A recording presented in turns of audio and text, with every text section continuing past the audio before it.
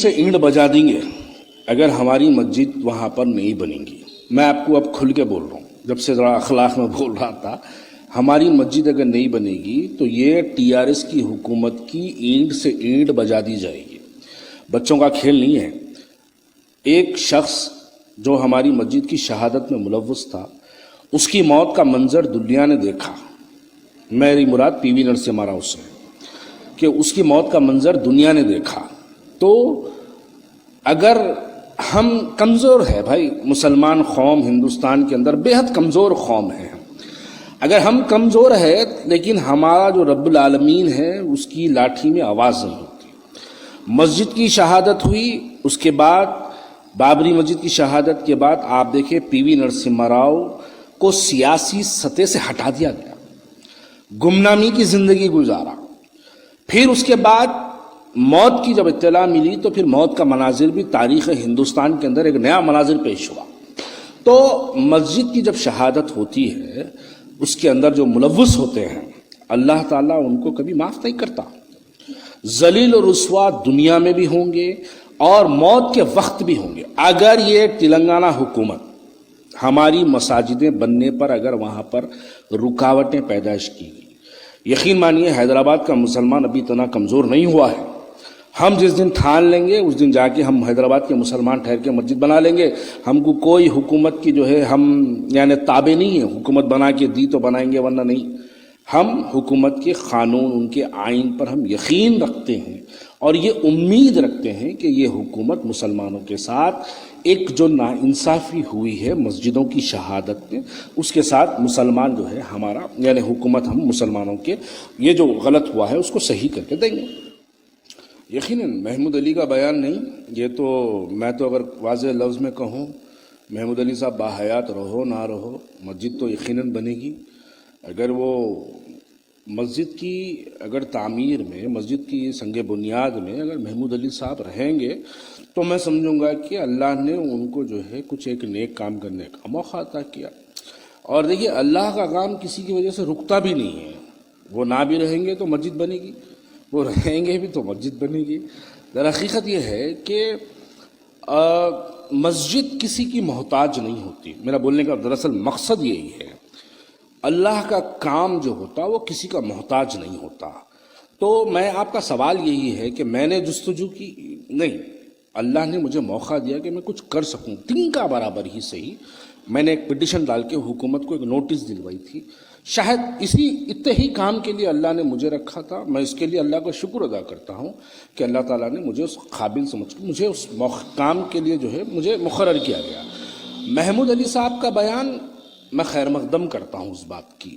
مسجد کی سنگ بنیاد یقیناً رکھ دینی چاہیے، کیونکہ مسلمان بہت دیر تک برداشت نہیں کر پاتا. اب 1 سال ہونے کو آیا، ہماری مسجدیں شہید ہوئی.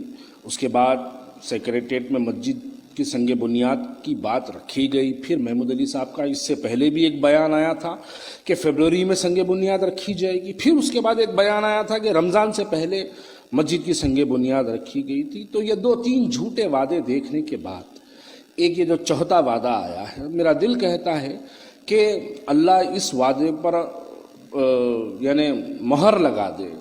اس کے آگے اب ہم اور لڑائی لڑنا کا ہم کو جو ہے یعنی میں نے سمجھتا ہوں کہ لڑائی لڑنے کا وقت آئے کہ ہم چاہتے ہیں کہ جتنی جلدی ہو مسجد کی سنگ بنیاد رکھ دی جانی چاہیے اور مسلمانوں کو ایک اچھا سا پیغام جانا چاہیے کہ سنگ بنیادیں وہاں پر رکھیں. اب اس کے اندر سب سے بڑا مسئلہ یہ ہے کہ مسجد کی جو ہے شہادت ہوئی، اس کے بعد جو ہے اس کے بہت سے قانونی لڑائیاں لڑتی گئی. حکومت کے بے حساب جھوٹے وعدے جو ہے حکومت کی طرف سے کیے گئے ہیں.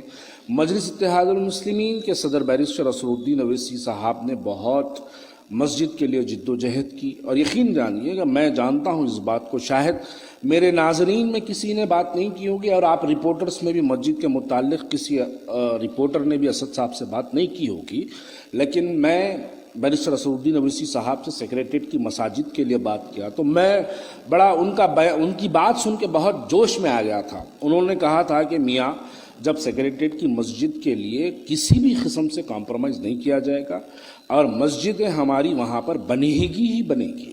ہماری مسجدیں بننے سے انشاءاللہ تعالی وقت کی حکومت کی کوئی طاقت ہم کو مسجدوں کی دوبارہ وہاں پر بازیابی کے لیے، تعمیر کے لیے، سنگ بنیاد کے لیے وہاں پر ہم کو انشاءاللہ رکاوٹ نہیں آئے گی۔ یقیناً وقت، حالات، تاخیر، دیر، یہ سب کچھ ہو رہا ہے کیوں، اس کے دو چار وجوہات بھی ہیں۔ اس کی پہلے وجوہات یہ ہے کہ کووڈ کی وبا کا پہلا فیز، پھر اس کے بعد دوسرا فیز، دوسرے فیز کے بعد لاک ڈاؤن، پھر رمضان، پھر بارش، اس سے پہلے بھی ایک بارش جس میں آپ نے میری آنکھوں نے ایک منظر دیکھا تھا کہ ہمارے حیدرآباد کے نالے بہہ کے باہر سڑکوں پہ آئے تھے، ویسی بارش۔ تو میں کہنا یہ چاہ رہا ہوں کہ کچھ حالات کی وجہ سے بھی جو ہے تھوڑی سی تاخیر ہوئی ہے، لیکن ہم مایوس نہیں ہیں۔ اللہ کی ذات پہ ہمیں پورا مکمل یقین ہے کہ بہت جلد انشاءاللہ تعالی مسجد کی جو ہے وہاں پر تعمیر بازیابی کا انشاءاللہ سنگ بنیاد رکھی جائے گی۔ دیکھیے یہ 2 ہوں گے، 3 ہوں گے یا 10، 300 ہوں گے، اس سے ہم کو لینا دینا نہیں ہے۔ ہمارا مقصد صرف یہی ہے کہ وہاں پر دوبارہ مسجد کی سنگ بنیاد بازیابی، 5 وقت کی نماز اس مسجد میں ہو۔